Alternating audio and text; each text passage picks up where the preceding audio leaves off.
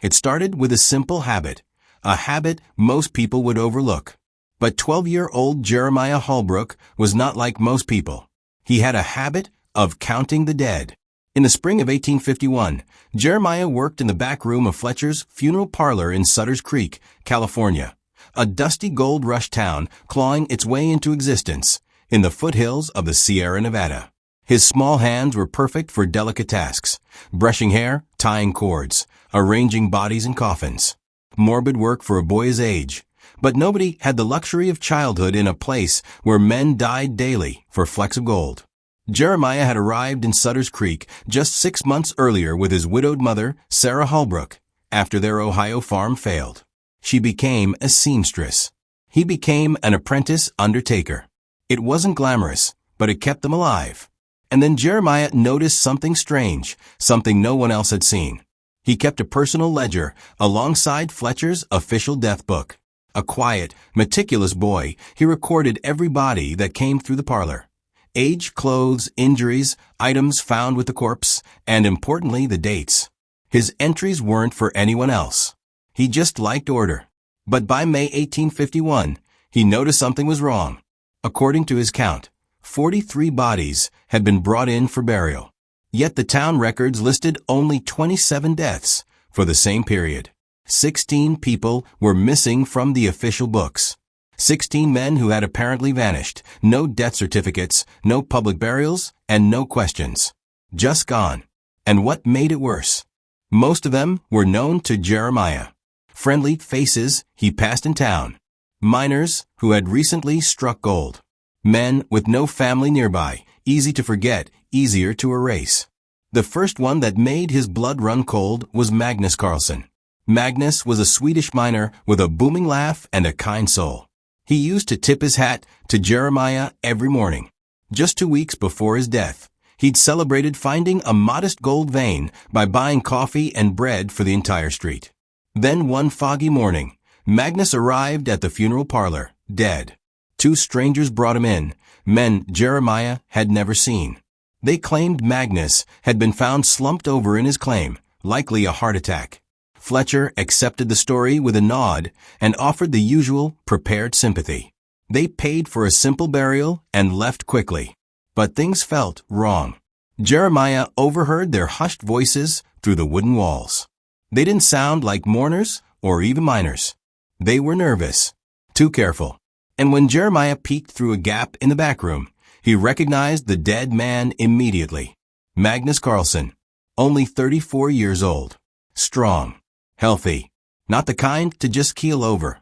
Later, when preparing the body, Jeremiah noticed no signs of heart failure, just pale skin and still limbs. But that wasn't what set his mind spinning. It was what was missing. Magnus always wore a silver pocket watch, a family heirloom. He kept a small leather pouch of gold dust on his belt. But on that table, his pockets were empty. Nothing. Not even the boots he always wore. Jeremiah gathered his courage. "Mr. Fletcher?" he asked quietly. "Shouldn't Magnus have had his gold pouch with him?" The undertaker paused, then gave the boy a sharp glance. "Men die in all kinds of ways, Jeremiah. Sometimes their things get misplaced. Gold makes good men do bad things." But Jeremiah wasn't satisfied. Not this time. That evening, after dark, he slipped away and made his way to Magnus' mining claim near Willow Creek. He knew the spot, everyone did. Magnus had been working it carefully for weeks. When he arrived, it looked as if Magnus had simply stepped away mid-lunch. His cup still held cold coffee. A piece of bread with a single bite lay on a rock. Tools were neatly arranged. Nothing seemed out of place until Jeremiah looked closer. The dirt around the camp had been disturbed. Scuff marks, overturned stones, a struggle.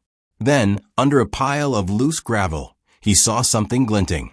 He pulled it out with shaking hands. Magnus' leather pouch, empty.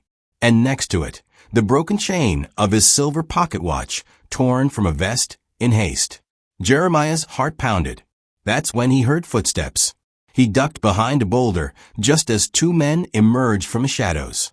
He recognized them. They were the same men who had delivered the body that morning.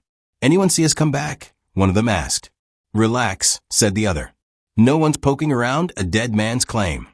But Jeremiah was there, listening, watching. And now he knew. Magnus Carlsen didn't die of natural causes. He was murdered. And worse, one of the men was Deputy Patterson, the law itself. It was the beginning of a horrifying truth Jeremiah never imagined he'd uncover. Jeremiah Holbrook tried to sleep that night, but his mind wouldn't rest. Every time he closed his eyes, he saw Magnus Carlsen's empty gold pouch, the broken watch chain, the scuff marks in the dirt, and the face of Deputy Patterson, a man sworn to protect the town. But what haunted Jeremiah more than the murder itself was the silence. No one asked questions. No one investigated. Magnus Carlsen had disappeared, and it was as if the town had chosen to forget him. But Jeremiah couldn't forget. He wouldn't. And then, just 3 days later, another body arrived. This time it was Chun Wei, a gentle, hard-working Chinese miner who barely spoke English, but always smiled at Jeremiah. Just the week before, Chun had shown off a handful of shiny nuggets he'd found. The entire town buzzed about his success. Now he was dead. 2 men brought him in, again, not ones Jeremiah recognized. They said Chun had died from dysentery, a common enough fate in the camps. Fletcher nodded solemnly and went through the motions. But Jeremiah was watching closely now, too closely to miss the signs. When they unwrapped the body, Jeremiah spotted the same eerie pattern. No personal items. No gold.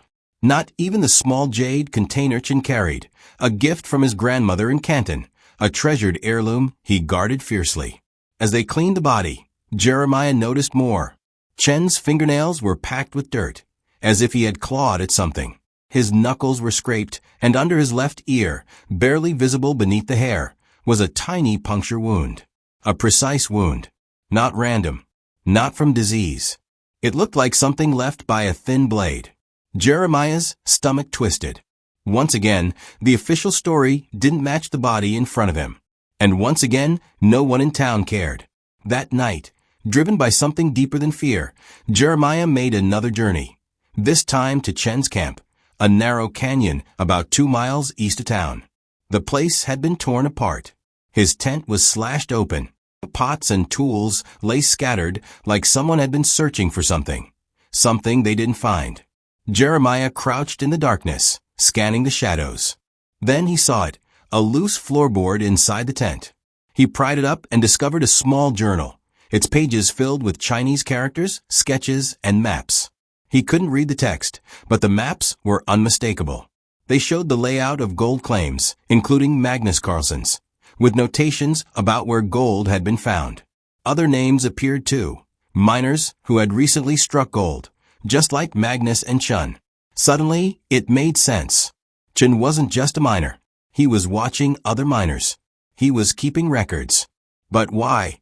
Before Jeremiah could think further, he heard it, hoofbeats. Panicking, he hid behind a cluster of manzanita bushes just as 5 men on horseback arrived. Their leader? Sheriff Benjamin Coleman. Jeremiah's breath caught. The sheriff dismounted near the destroyed tent and muttered something that confirmed everything. "Wei did good work for us.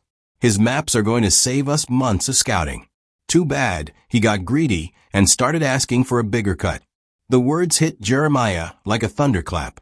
Chun had been working for them, helping identify miners who had struck gold. But the moment he wanted more, he became a liability. "Already working on a replacement," Coleman added. "New fellow just came in. Doesn't speak much English." Perfect. Jeremiah stayed frozen, horrified, as the men rifled through the wreckage. These weren't lawmen investigating a death. These were predators cleaning up after a kill. The realization hit hard. The sheriff of Sutter's Creek wasn't protecting the town. He was leading a criminal operation, and murder was only part of it. Jeremiah crept away under the cover of darkness, journal hidden under his shirt. His mind raced, not just with fear, but with purpose. This wasn't a one-time killing. It was a pattern, a system. Miners who struck gold. No families. Quick deaths. Claims re-registered. And then silence. And now he was the only one who knew. But that also meant something terrifying. If Sheriff Coleman and his men had killed Magnus and Chun, and if they had already replaced Chun with a new spy, they'd soon realize someone else had been watching them. And Jeremiah had a target on his back. After discovering the journal hidden in Chun Wei's tent and overhearing Sheriff Coleman's chilling words, Jeremiah Holbrook's world shifted. This wasn't just about a few bad men robbing miners. This was an organized system. And at the top of it stood the very people sworn to protect the town. The sheriff, his deputies, the undertaker, all in on it. It was no longer a question of if someone was killing miners. It was now who, how many, and how deep the rot went. Jeremiah, just 12 years old, was sitting on the most dangerous secret in California. And someone knew. When he returned to the funeral parlor that night, exhausted and terrified, he found a note on his pillow. The handwriting was rough, carved in block letters. Some secrets are worth dying for. Keep your mouth shut and your eyes closed, boy. His hands trembled as he read it again. They knew. Jeremiah wanted to run. He wanted to tell his mother and disappear into the hills. But something inside him, something harder than fear, refused. He couldn't stop. So instead of hiding, he started watching. He became even more meticulous. Everybody that came into Fletcher's funeral parlor was carefully documented in his private journal. Not just the names and causes of death, but what the bodies told him. Injuries that didn't match the stories, missing belongings, signs of violence, disguised as accidents. And a pattern began to form. There was Roberto Vasquez, the cheerful Mexican miner who had reportedly died from a rattlesnake bite. But Jeremiah had examined the body himself. No fong marks, no swelling, just a single stab wound under the ribs. There was James Ricks, an elderly prospector from Tennessee who supposedly fell into a mine shaft. But his injuries didn't match a fall, and his collection of rare gold coins, known by everyone in town, had mysteriously vanished. Each death had something in common. The victim had recently struck gold. They had no family in the region, and their claims were quickly re-registered, usually by someone connected to the sheriff. But it didn't stop there. Jeremiah began using his mother's network to dig deeper. As a seamstress, Sarah Holbrook worked for many of the town's elite. From offhand gossip and whispered conversations, Jeremiah learned that Sheriff Coleman had been acquiring mining claims, quietly, discreetly. Not just one or two. Over the past 8 months, he had taken control of over 20 lucrative claims. Claims that once belonged to men now buried in Boot Hill Cemetery. The sheriff had also invested in the local saloon, general store, and was building a new house on the hill, far beyond what a lawman's salary could afford. Yet in a town fueled by gold fever, no one questioned the sheriff's wealth. They chalked it up to smart investments or lucky timing. But Jeremiah knew better. The more he learned, the more he realized the conspiracy wasn't just a few killings. It was a machine, a well-oiled engine of theft and murder hiding in plain sight. And he was about to be crushed under its wheels. One night, Jeremiah followed Deputy Patterson, who often left town after dark, claiming to check on the mining camps. But Jeremiah had a gut feeling. Patterson wasn't on patrol. He was covering something up. He shadowed him along the ridge trails, keeping to the trees. It was risky, but Jeremiah was small, quiet, and driven. Patterson met with 2 other men at a crossroads, both of whom Jeremiah recognized. They had all delivered corpses to Fletcher's. From behind a fallen log, Jeremiah listened. Their target? Klaus Baer, a German miner who had recently found a major gold vein. A loner. No friends. No family in town. A perfect victim. He's been talking about heading back to Germany soon, Patterson said. If he disappears, people will just assume he left early. And the claim? Another man asked. Coleman's already filed the paperwork, Patterson replied. Once Weber's gone, it'll be declared abandoned. He'll be the only bidder. The calm way they discussed murder made Jeremiah's stomach churn. But then he slipped. A few loose rocks tumbled down the hill. The sound wasn't loud, but it was enough. What was that? Garrett whispered, hand moving to his gun. Probably just an animal, Patterson muttered, but his voice was uneasy. The men spread out, searching. Jeremiah held his breath, heart pounding, as Garrett's boots passed just inches from his face. Finally, they gave up. "Let's finish this somewhere else," Patterson said. "Too many years in these hills." They left. But Jeremiah stayed frozen, sweat pouring down his face despite the cool air. He had narrowly avoided death. But now he knew the name of the next target. Klaus Bear would be dead within days. And the only one who could stop it was a 12-year-old boy, trapped in a town where the law had become the enemy. Jeremiah Holbrook had no more time. The men he feared weren't whispering in backrooms anymore. They were planning his death, and their next murder, Klaus Bear, the German miner, was scheduled like clockwork. The very next morning, while the town still slept, Jeremiah slipped out of the funeral parlor through a back window. In his shirt, he hid Chun Wei's journal.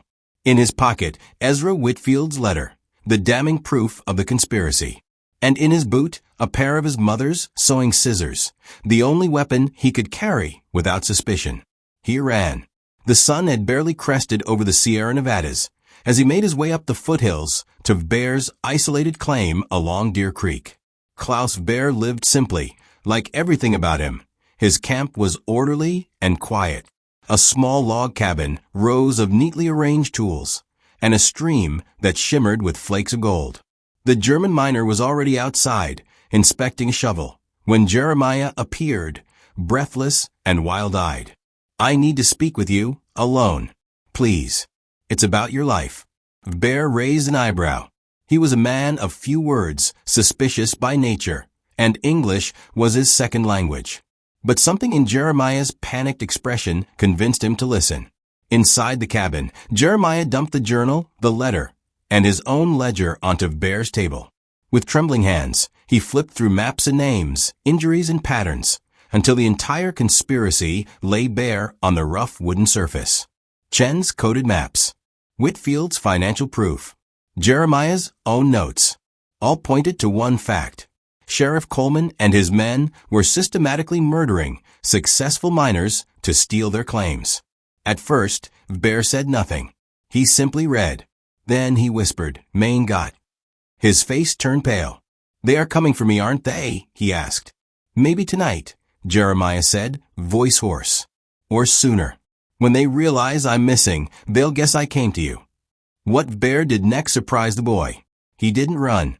He stood up, opened a locked chest beneath the floorboards, and pulled out a small strongbox of gold, a military-style rifle, and most important of all, a leather portfolio filled with his own letters and records. "I've been writing to my brother in Germany," Bear explained, his voice low but steady. "I saw things in this town, men dying too fast, too quiet.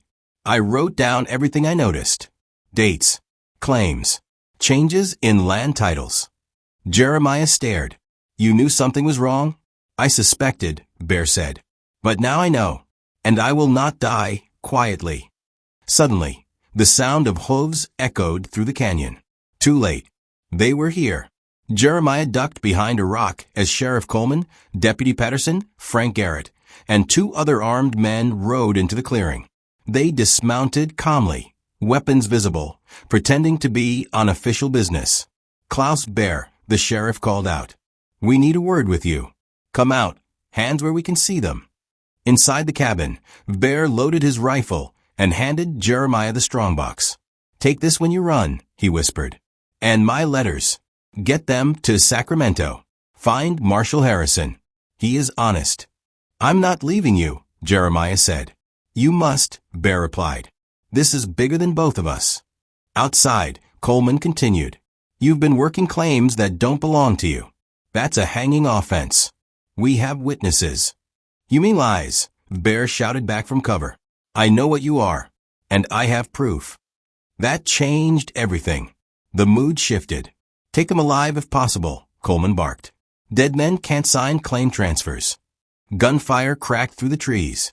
Bear, a former Prussian soldier, fought like a cornered wolf. He used his knowledge of the land to outmaneuver Coleman's men.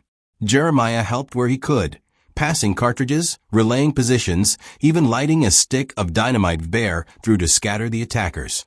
The battle lasted nearly an hour. Frank Garrett fell, a bullet in his chest. One of the unknown riders, fled, wounded. The others took cover, trying to regroup. But Bear was hit. A bullet from Patterson had torn through his shoulder. Blood soaked his sleeve, and his breathing grew labored. Jeremiah grabbed his arm. "We have to go now." "No," Bear said, his voice heavy but calm. "I'll hold them. You escape. Go through the canyon. There's a deer trail that leads around. Take the evidence. Finish this." Jeremiah hesitated. "You're just a boy," Bear said softly, handing him the leather portfolio. "But you've done more than grown men with badges. Now go." More hoofbeats. Reinforcements were coming. Bear stood tall, rifle shaking in his wounded hands. Jeremiah ran. As he climbed the canyon wall, he looked back one last time and heard Klaus Bear shout into the trees. "I know what you are, Coleman. I have proof, and it's already on its way to the authorities." Then came the thunder of gunfire. And then silence. Jeremiah didn't stop running. The last stand had bought him just enough time to get away. He wasn't just carrying stolen documents anymore. He was carrying the truth and the hopes of every man who had died for gold. Jeremiah Holbrook ran for his life. Every step away from Klaus Bear's cabin felt like a betrayal, but he knew the truth. If he stayed, both of them would die. And if he died, no one would ever know the truth of what had happened in Sutter's Creek. He had one goal now: get to Sacramento. Bear had given him everything: a portfolio of evidence, a strong box of gold to fund his journey, and the name of a man who might actually help, Marshal Thomas Harrison, one of the few federal officials not corrupted by gold fever. But the road to justice was long, dangerous, and crawling with men who wanted him dead. For the next 3 days, Jeremiah navigated the Sierra Nevada wilderness on foot. He survived on wild berries, stream water, and pure determination. At night, he slept hidden beneath bushes or in the hollows of trees, clutching the portfolio like a lifeline. He was just 12 years old, but he carried the weight of a multi-million-dollar criminal conspiracy on his back. On the first day, he almost walked into a trap. At Miller Station, a remote trading post, he slipped in to beg for food, but as he hid behind a stable wall, he heard familiar voices. "We're looking for a runaway thief," Deputy Patterson lied to the shopkeeper. "A boy, dangerous, stole gold and killed a miner named Bear." Jeremiah's heart pounded. The story had already been flipped. In the official version, he was the murderer, and the conspirators were just lawmen trying to bring him in. He waited until long after dark to slip away, adding a full day to his journey as he took a longer, more treacherous trail. On the third day, just 20 miles from Sacramento, he nearly didn't make it. While crossing a river, he spotted a group of men camped nearby, armed, scanning the forest. "The boy can't have gotten far," one of them muttered. "Coleman wants him found, dead or alive, but preferably dead." He hid in thick riverside brush for 4 hours, soaked to the bone and shivering. Only after they left did he crawl out, exhausted and starving, but alive. When he finally stagered into the territorial marshal's office in Sacramento, he looked like a ghost, thin, dirty, bleeding from a torn boot, and clutching a leather portfolio, as if it were his soul. Marshal Thomas Harrison, a stoic, weathered lawman in his 50s, was skeptical at first. He'd seen plenty of tall tales from panicked miners. But when Jeremiah dumped out the contents of the portfolio, the room went silent. There was Chun Wei's journal, translated later by an interpreter from Sacramento's Chinatown, filled with maps of gold claims, payment records, and coded references to corrupt officials. There was Ezra Whitfield's letter, detailing land fraud, murder, and bribes, including a list of names of both victims and conspirators. And there were Bear's letters to his brother, proving the crimes were part of a larger criminal network spanning at least 8 towns in Northern California. "This isn't just corruption," Harrison said grimly. "This is organized murder." The marshal launched one of the largest federal investigations in California history. Working in secrecy, he kept Jeremiah hidden, telling the outside world that the boy had died in a mining accident. Even his mother, Sarah, was told he was gone, to protect her from Coleman's men. With federal marshals and undercover agents, they mapped the entire conspiracy. Sheriff Coleman, Deputy Patterson, Silas Fletcher, and dozens of others were implicated. But it went deeper. Federal land clerks, territorial judges, even a San Francisco tycoon named Cornelius Vandenberg, who was the true mastermind behind the empire. He had been using his businesses, transport, mining tools, processing facilities, to build a network of spies and killers, acquiring the richest gold claims through murder and fraud. On October 15, 1851, justice struck. Federal agents carried out simultaneous dawn raids across 8 counties. Sheriff Coleman was arrested in his bed. Patterson was caught trying to flee on horseback. Fletcher, the undertaker, was charged for covering up dozens of murders. Vandenberg, the syndicate boss, was tried and sentenced to life in prison. Coleman and Patterson were publicly hanged in Sacramento in early 1852. The trials shocked the nation. Newspaper headlines screamed, "12-year-old boy exposes gold rush murder ring." Jeremiah was awarded a substantial reward, but more than that, he was given a future. Marshall Harrison became his mentor. He ensured the boy received a formal education, and by age 25, Jeremiah Holbrook had become one of the most respected federal marshals in the West. On his office wall hung a plaque with the words, "Every life counts.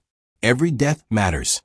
Years later, when asked how he survived it all, Jeremiah would only say, "I couldn't let them keep killing people and pretending it didn't matter."